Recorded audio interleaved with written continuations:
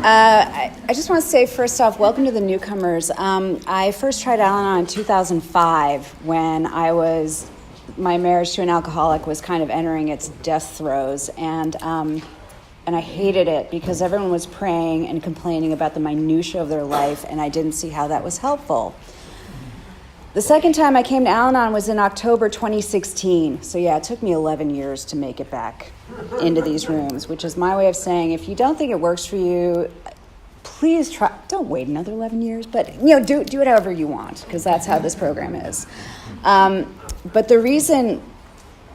of the reason when I came back in October 2016, part of the reason that it stuck and how I felt like this is my home and I could really relate to everything that was going on is that I figured out, it had finally occurred to me after 10 years of just being stupid with qualifiers and all sorts of other things, and including, but not limited to, the death of my father several months before. It was very clear to me that my alcoholic ex-husband was not the problem. Those qualifiers were not the problem. It was deeper and older than that. It went back to the house I grew up in. And the reason it would take me so long to figure that out is that I did not grow up with active alcoholism. I am the adult child of an an alcoholic. And I can promise you that can be just as difficult as being the adult child of an alcoholic, but it's almost harder to see. It's harder to pick out. It's more insidious because there's nothing you can put your finger on and say, oh, they're doing that again. It's more just, this atmosphere is really weird. There's secrets. There's a grandmother who died for some reason I don't know. There's an aunt who disappears from family trips, and then the cops need to be called. There's just, and this weird tension and this sense that I have to be as small as possible, make zero waves, and also be perfect so no one has to worry about me ever. And so my parents can focus on themselves. They can focus on my brother, who was more obviously difficult. There's also mental illness, various other compulsive behaviors, but it meant that there was this weird atmosphere where I had no self-esteem, because of course I could never be perfect enough. And anything that I did that was an achievement had to be played down because it would make my brother feel bad, which meant that it became clear to me that if I was ever fully myself, I would hurt people. So that did stuff to my brain, and I proceeded to spend my adulthood chasing after people I could fix, or who I could take care of the same way my brother needed to be taken care of, the same way my mother felt that it's the woman's job to take care of damaged men and fix them. And I'm a failure if I don't manage to do that, which is why I would stay with an alcoholic for 13 years and at the same time be elated when we finally split up. There was sadness, but I was just like, oh, thank God, I'm free, which is probably why I thought I didn't have to come to these rooms anymore. And then I kept doing the same thing to myself. But the thing about my dad dying is that he was the good parent. I mean, he had his own trauma and his own moods, and he could have occasional explosive rages, almost never directed at me because I was the youngest daughter in an Italian family, so I was the princess. Sort of. But what that meant is that he also was the one who unconditionally loved me. And it became especially apparent to me how important that was as I became an adult. And as my mother would just say garbage to me over and over about anything I was doing in my life, and how any work I was doing was just something to do until there's a man around, which is why when a man comes along who falls in love with me and he's an alcoholic, that's okay, because he's in love with me and I have a man now, so I have my purpose is set. But my dad was the one who understood me. My dad was the anchor in the family, and he was the one I could look at, and he would understand the insanity that was going on in the room. Sometimes he would be participating in the insanity in the room. He could not protect me. Thank you, I hear that. From the insanity in the room, but he was there, and then he wasn't. And He died on Leap Day in 2016, which is typical of my dad because he's a very strange man, but amazing. And the thing about being in this program is that it's helped me subtly, just as subtly as like growing up in a house where there's not active addiction can get to you. And I had a chance to really see what it was doing when I went to Italy in December and January with my mother and my brother to bury my dad's ashes. And if you ever want to find out just how good your recovery is, spend time with your family. And if you ever want to find out how fragile your recovery is, spend time with your family. Because when I came back, people would ask me how it was, and pretty much the first thing I would say is, it was better than I expected because the only person I screamed curses at in Italian was not related to me, and that was a victory. And he deserved it. Anyway, I did snap at my mother twice in public and got glared at because she's in a wheelchair, and I'm like, you people don't know.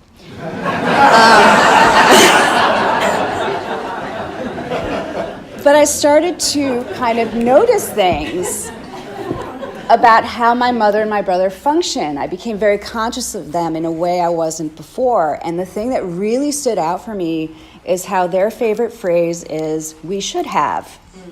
We should have done this. We should have eaten this. We should have gone there. We should not have done this. We should not have done that. Every single thing. They should have done something else. We should have done something else.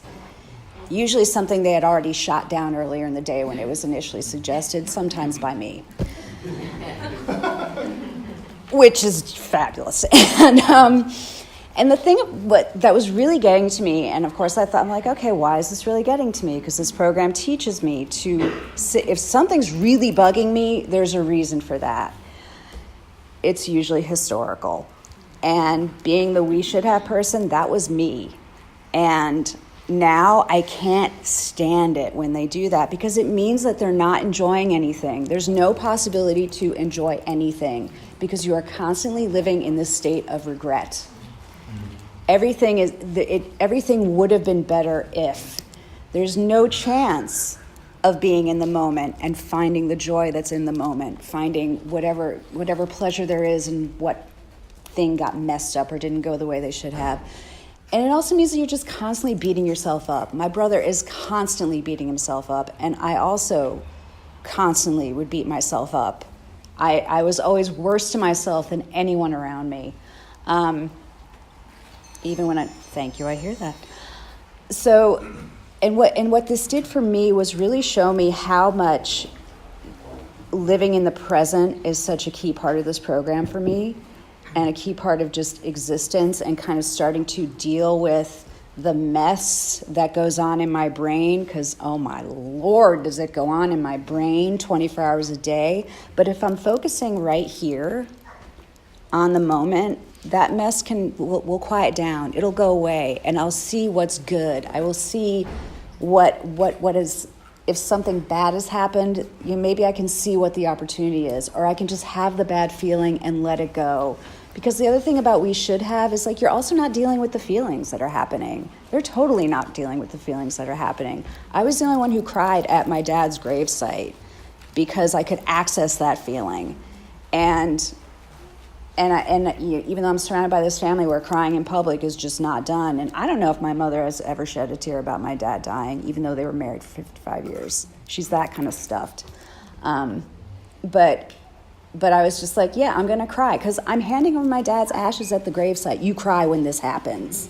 This is what regular people do, who have feelings and who understand what those feelings are, and also who understand. It's like, because I always feel better after I do that. Like, I actually felt better after I screamed curses at the guy who was being a dick at the Rome train station because I could get the anger out. I had been repressing anger at my family for 3 days. And I found a good target for it who was not related to me.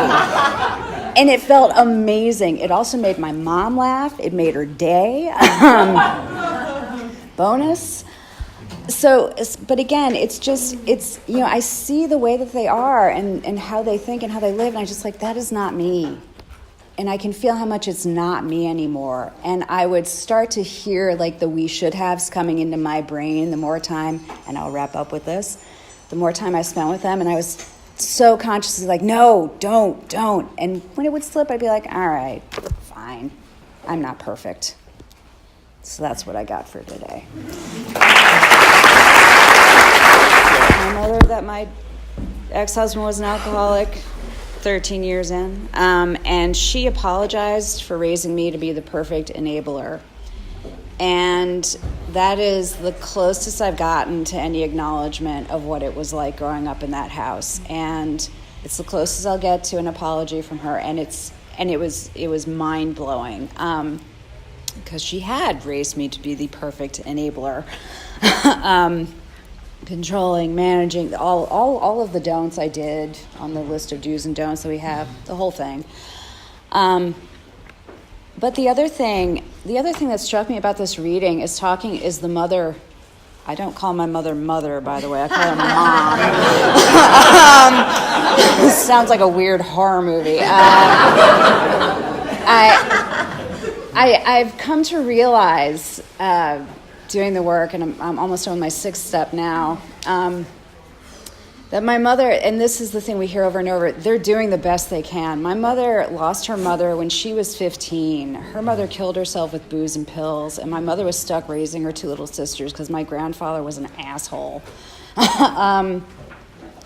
So when it came to having her own kids, she really was doing the best she could. And she was showing me love the best way she could. And while it wasn't, she's never said I love you or anything like that, but, she's made sure I always had nice clothes to wear. Like this. I've always had a roof over my head. I've always had plenty to eat. All of those things were taken care of. And whatever didn't happen emotionally or spiritually, whatever, that's because she did not have those tools. Thank you. And even though, yes, I will snap at her when she drives me crazy, I also can come back to thinking, she did the best she could, and she's 85. She's not going to change, so all I can do is change how I respond to her, and it's easier now to kind of be like, okay, she's just. And not get all about it. So there's relief in that, and that's all I got. Thank you.